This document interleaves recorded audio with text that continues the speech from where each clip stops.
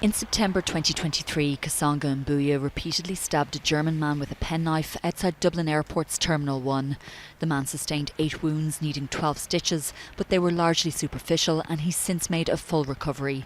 53-year-old Mbuyi was detained after bystanders intervened, and when arrested he told Gardaí it was a cry for help, as he's been living here since 2003, but his private rented accommodation had been sold and he was staying in a Limerick hostel, saying he was trying to do a crazy thing to get help and he was sorry for the guy.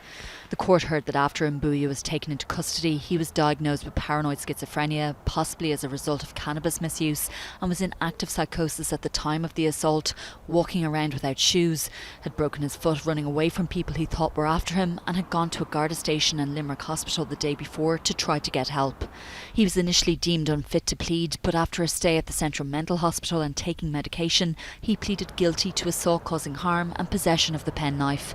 Judge Martina Baxter said today this was a completely random and unprovoked attack, and it was only by good fortune that the injuries were superficial, but she acknowledged that while they may have been superficial, the psychological impact cannot be underestimated.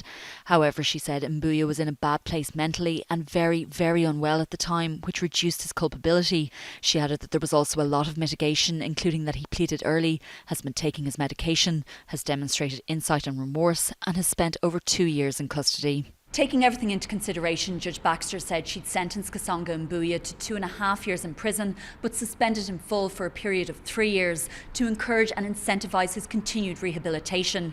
But she warned him that this was on the basis of a number of strict conditions, including that he get a bus to a designated homeless hostel in Limerick and engage with the relevant support services. Otherwise, she warned him that he could be back before the court again. Nicole Gernan, Virgin Media News at Dublin Circuit Criminal Court.